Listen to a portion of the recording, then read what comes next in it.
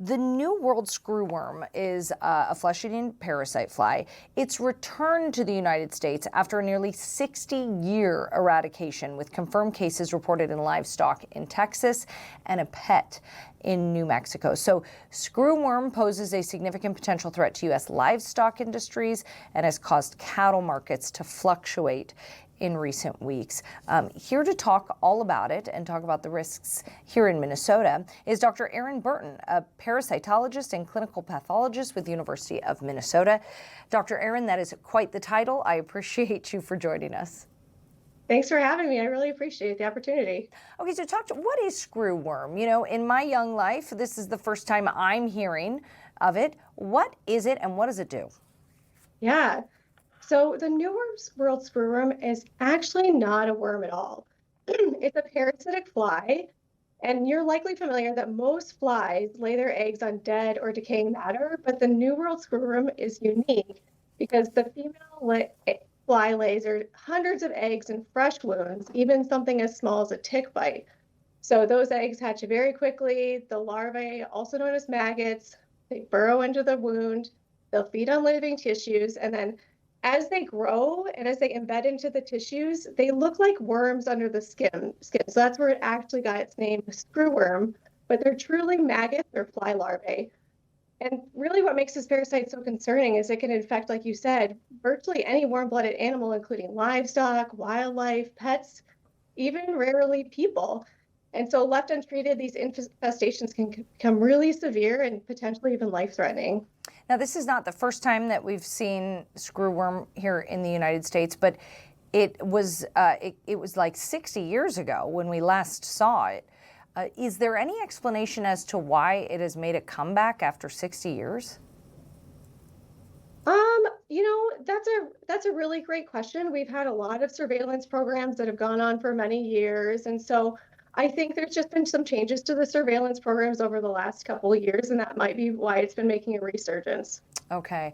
And back then they treated it with, and you can explain this better to me, but they basically release flies into the environment to try and I don't know, explain it to me how they treat this, because it's very interesting.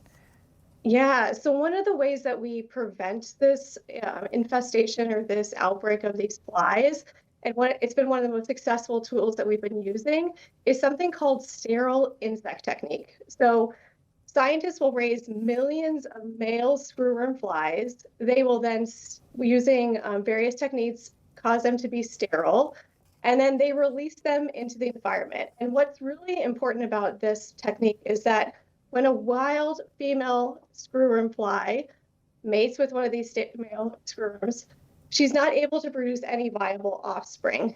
And the other really important part of the life cycle is that they only mate once in their lifetime, so that effectively ends that reproductive line.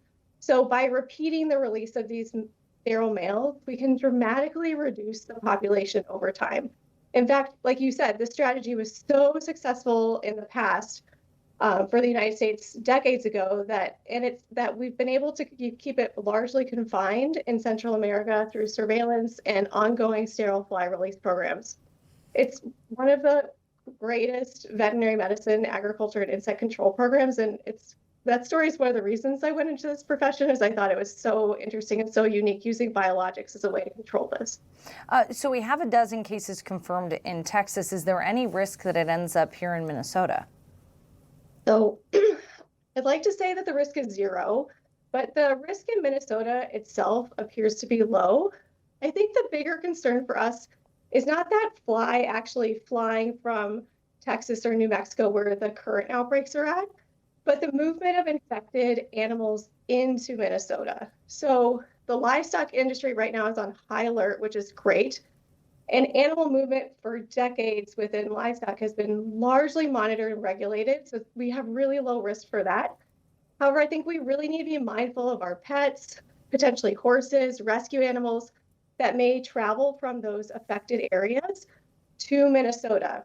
And I think the great news is that early detection is already really effective.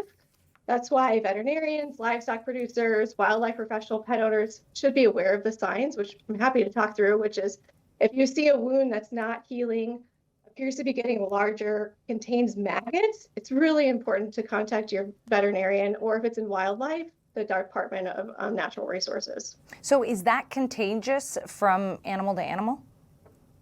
So it is not contagious specifically from animal to animal directly. You'd have to take the maggots and put them directly into the wound, but typically that is not how it's transmitted. Okay. It's from that female fly laying the eggs on the wound. Right. The concern here is that it obviously impacts, our beef supply here in the U.S. And that we see prices rise. You did mention that there is a deworming medication, so there is treatment. It sounds like. Yeah. So for our pets, many of the veterinary recommended parasite prevention products that we already use are effective against these. And I'm talking about our typical flea, tick, and heartworm preventative. They all may be protective against the new World Screwworm. In fact, there are several products that are on the market right now that have been approved in our pets. And that's a great way to protect them. So by keeping your pets on that monthly flea and heartworm preventative and making sure you pay attention to wounds is a great way to protect our pets. And there's different strategies that we use for livestock, manual removal, and there are products that we can use for our livestock that are insecticides as well. I mean, only 12 cases right now. I wonder why this is getting so much media attention, because that really, considering how many cattle and how much livestock we have in the U.S., that really seems so low. I just wonder why this is getting so much media attention.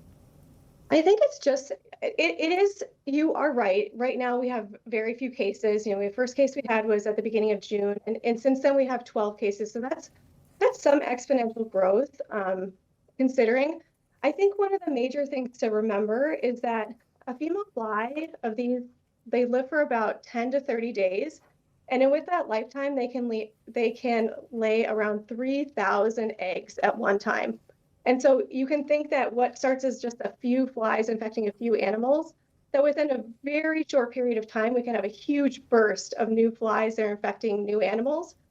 And like you said, our beef prices are going up. Our beef herds are smaller since COVID and various other factors. And so it could result in a large number of livestock being infected at one time, which could have a major economical impact on our food system. And certainly our leaders are paying attention, because Senator Amy Klobuchar and other lawmakers have urged the USDA to hire more veterinarians to help stop the spread. Dr. Erin Burton, parasitologist and clinical pathologist with the University of Minnesota, thank you so much for joining us. I sure appreciate it.